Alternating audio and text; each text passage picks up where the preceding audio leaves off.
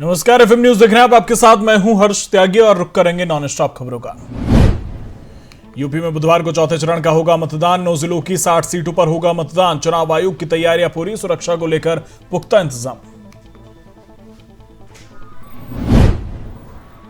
मणिपुर में 28 फरवरी को पहले चरण के चुनाव से पहले प्रधानमंत्री नरेंद्र मोदी ने जनसभा को किया संबोधित। कहा कि बीजेपी ने राज्य में असंभव को भी संभव बनाया, कांग्रेस पर साधा निशाना।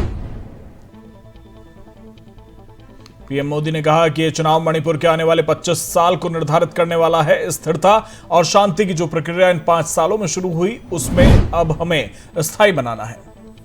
गृहमंत्री अमित शाह ने प्रयागराज में सपा पर निशाना साधते हुए कहा कि अगर अतीक अहमद और मुख्तार अंसारी और आजम खान को जेल में रखना है तो फिर से कमल खिलाना है। कोरोना वैक्सीन को लेकर अमित शाह ने अखिलेश यादव पर किया कटाक्ष। कहा, सपा सुप्रीमो कहते थे कि ये मोदी का टीका है, वैक्सीन मत लगवाइए, खुद 10 दिन बाद जाकर वैक्सीन लगवा लिए। यूपी विधानसभा के छठे चरण में पूर्वांचल में मतदान होने हैं। बीजेपी के राष्ट्रीय अध्यक्ष जेपी नड्डा चुनाव प्रचार के लिए देवरिया पहुंचे। इस दौरान उन्होंने एक जनसभा को संबोधित किया। उन्होंने कहा कि हमारी पार्टी गरीबों की पार्टी है। सीएम योगी आदित्यनाथ ने मिल्कीपुर अयोध्या में जनता को संबोधित करते हुए कहा कि देश और दुनिया के अंदर भगवान श्री राम की जन्मभूमि को उनका प्रणाम है। सीएम योगी ने कहा कि बीजेपी ने जो भी कहा था वो करके दिखाया। 5 साल पहले भी हमने कहा था कि रामलला हम आएंगे, मंदिर वहीं बनाएंगे, और वो पूरा हुआ। यूपी में प्रचार के दौरान केंद्रीय मंत्री स्मृति ईरानी ने विपक्षियों पर बोला हमला। उन्होंने राम मंदिर को लेकर समाजवादी पार्टी पर निशाना साधा। स्मृति ईरानी ने कहा कि राम सपा सरकार में भक्त मौत के घाट उतारे गए। सपा के राष्ट्रीय अध्यक्ष अखिलेश यादव प्रयागराज पहुंचे, जहां उन्होंने जनसभा को संबोधित किया। इस दौरान मंच पर अखिलेश से हाथ मिलाने को लेकर भगदड़ मच गई। कार्यकर्ता एक दूसरे के ऊपर गिर पड़े।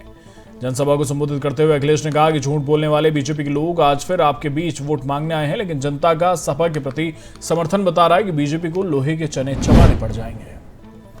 लखनऊ पहुंचे केंद्रीय मंत्री अनुराग ठाकुर ने सपा पर निशाना साधते हुए कहा कि बम धमाके में आतंकियों को संरक्षण देने अखिलेश यादव चुप रहे। वहीं समाजवादी पार्टी ने आजमगढ़ को आतंकियों का अड्डा बना दिया।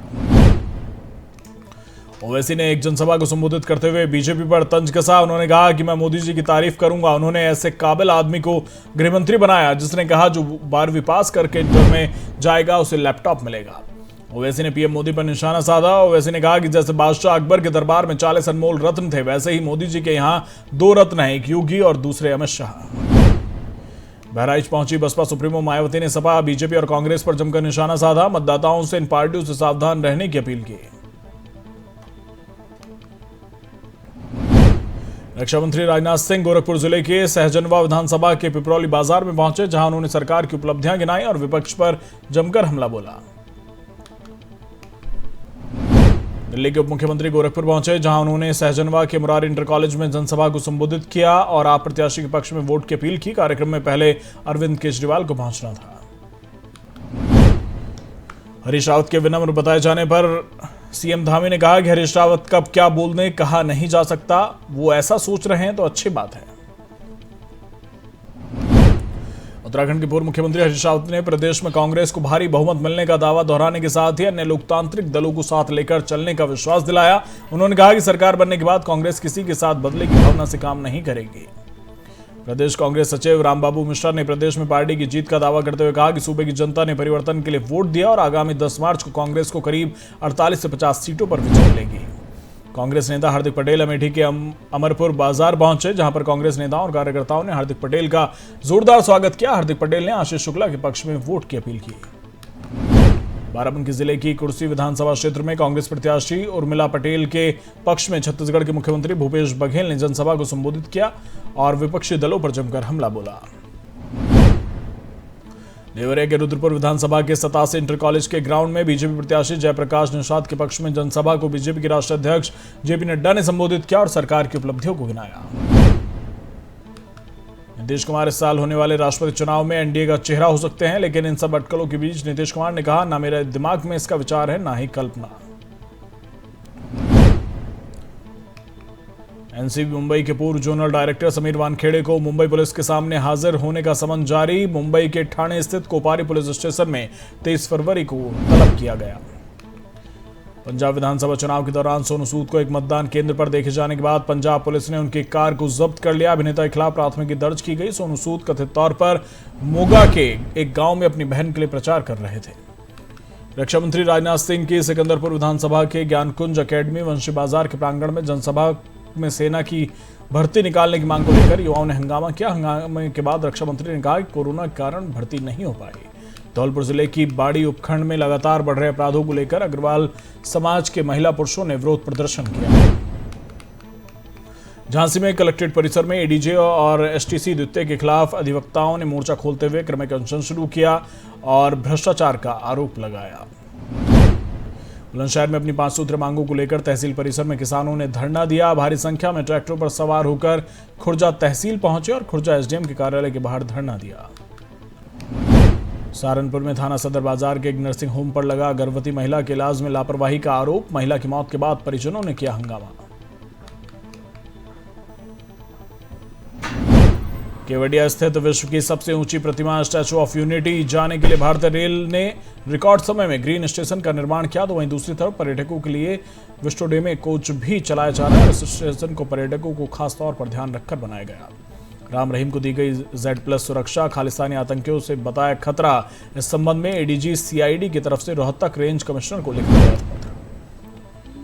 कर्नाटक के शिवमोगा में बजरंग दल के 28 वर्षीय एक कार्यकर्ता की हत्या के 3 आरोपी गिरफ्तार। इससे पहले सोमवार को मृतक के अंतिम संस्कार के दौरान हिंसा भड़की। उत्तराखंड में हुआ बड़ा हादसा। चंपावत में बारात से लौट रहा वाहन खाई में गिरा, 14 बारातियों की मौत। मसूरी में टिहरी बाईपास लक्ष्मणपुरी के पास एक कार अनियंत्रित होकर गहरी खाई में गिर गई, जिसमें सवार 2 युवक गंभीर रूप से घायल। देर रात नशे की हालत में चालक कार चला रहा था।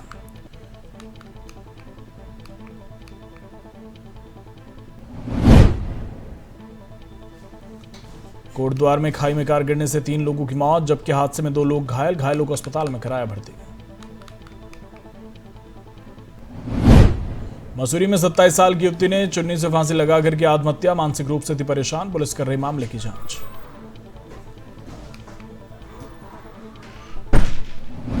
यूपी के सीतापुर में रेलवे क्रॉसिंग के ओवरब्रिज के पास सीआरपीएफ के जवानों से भरी बस ओवरटेक करते हुए पलटी। हादसे में 18 जवान घायल, 8 को आई गंभीर चोट। भाजपुर में अज्ञात वाहन ने बाइक को जोरदार टक्कर मारी, जिससे बाइक सवार बाप बेटे की मौत, मृतक की पत्नी और एक बच्चा गंभीर रूप से घायल। सहारनपुर में एक महिला को प्रेम विवाह करना महंगा पड़ा। महिला को सास ससुर पर सुपारी देकर उसकी हत्या करवाने का आरोप लगा है। पुलिस ने दोनों को किया गिरफ्तार। बिजनौर में 3 दिन पहले हुई युवती की हत्या के मामले में पुलिस ने किया खुलासा। बताया जा रहा है कि घर में अकेली पाकर युवती पर पड़ोसी ने हमला किया था, जो कि मोबाइल सर्विलांस की मदद से पुलिस के हत्थे चढ़ गया। मैनपुरी थाना भोगांव पुलिस और स्वाट टीम ने अवैध हथियार बनाने वाले गिरोह का पर्दाफाश किया। पुलिस ने आरोपियों के पास से 20 अवैध पिस्टल और 4 मोबाइल फोन बरामद किया। कोंडा गांव में एक नक्सली को गिरफ्तार करने में पुलिस को सफलता हासिल हुई। बताया जा रहा है कि सोमवार को हुई मुठभेड़ के बाद सर्च ऑपरेशन चलाया जा रहा था, जिसके दौरान उसकी गिरफ्तारी हुई। मुंगेली सिटी कोतवाली थाना क्षेत्र में मामूली विवाद में पति ने की पत्नी की हत्या। धारदार हथियार से की पत्नी की हत्या। गांव पंडर भट्टा का मामला। पुलिस ने आरोपी को किया गिरफ्तार। मुंगेली में पुलिस को बड़ी कामयाबी हासिल। पुलिस ने गांजा तस्कर को किया गिरफ्तार।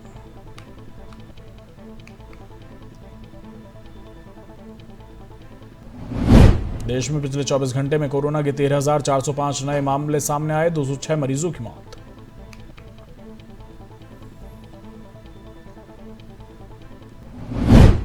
यूक्रेन रूस विवाद के बीच रूस ने यूक्रेन भेजी सेना। पूरी दुनिया में मची हलचल। अमेरिका नाटो कर रहे रूस को जवाब देने की तैयारी। रूस ने यूक्रेन के डोनेत्स्क और लुहांस्क को दी अलग देश की मान्यता। अमेरिका ने लगाए सख्त प्रतिबंध।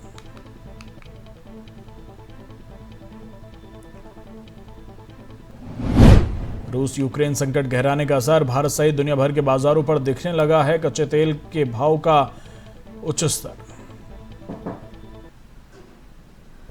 तो फिलहाल मेरे साथ इतना ही। बने रहिए एफएम न्यूज के साथ। नमस्कार।